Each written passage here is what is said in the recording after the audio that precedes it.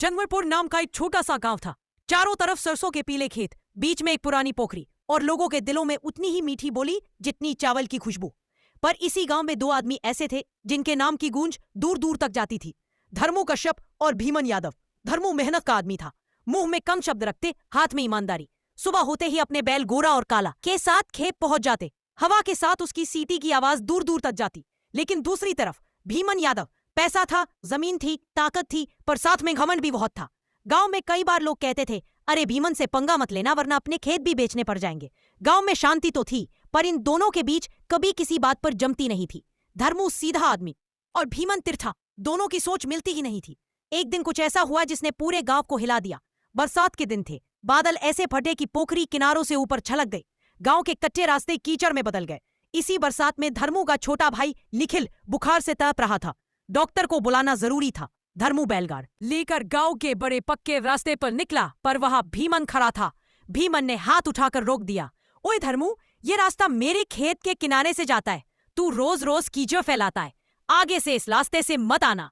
धर्मू ने हाथ जोड़ते हुए कहा, भैया भाई की हालत खराब है, डॉक्टर को लाना है, रास्ता छोड़ दो। लेकिन भीमन के घमंड को जैसे आग लग गई। कहा ना, नहीं, तुम कश्यप लोग अपने आप को बहुत समझते हो क्या? जाओ दूसरे खेत से घूम कर जाओ। धर्मू के चेहरे की लकीरें कस गई, पर उसने कुछ नहीं कहा।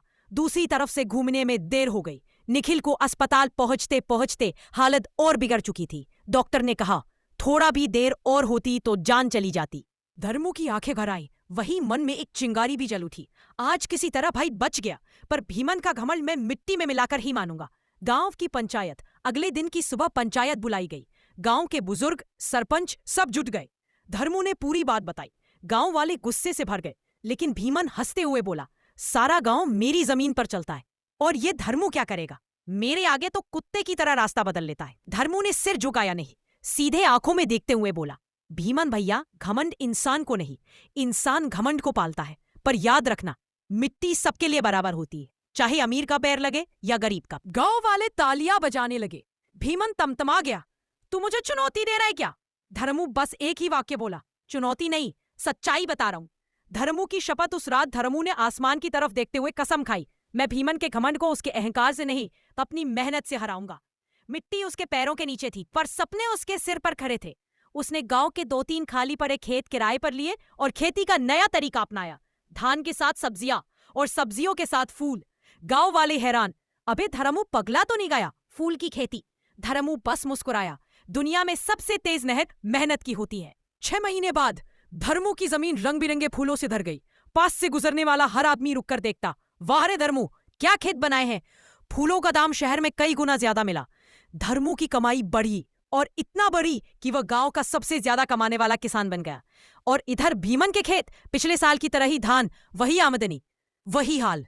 पर उसके दिल में जलन का जंगल उग चुका था। भीमन की हार। एक दिन शहर से बड़े व्यापारी आए और सीधा धर्मू से सौदा किया, हमें हर महीने 200 किलो फूल चाहिए, दाम तुम तय करो। पूरा गांव साक्षी था जब व्यापारी ने धर्मू से हाथ मिलाया। भीमन दूर खड़ा यह सब देख रहा था। कंधे झुक गए, चेहरा बुझ गया। वो चलता हुआ धर्मू के पास आया, धर्मू मुझे माफ कर दे, तू जीत गया भाई, मैं हार गया। धर्मू ने कहा, ना भाई, तुम मुझसे नहीं हारे, अपने घमंड से हारे हो। हम दोनों एक ही मिट्टी के बेटे हैं, बस फर्क इतना है कि तुमने मिट्टी को अपनी ताकत समझा और मैंने उसे अपनी मां। भीमन की आंखों में आंसू भर आए। धर्मू ने उसके कंधे पर हाथ रखा, चलो अब साथ में खेती करते हैं। जब ईमानदारी साथ हो तो प्रसाद भी दुश्मन नहीं लगती।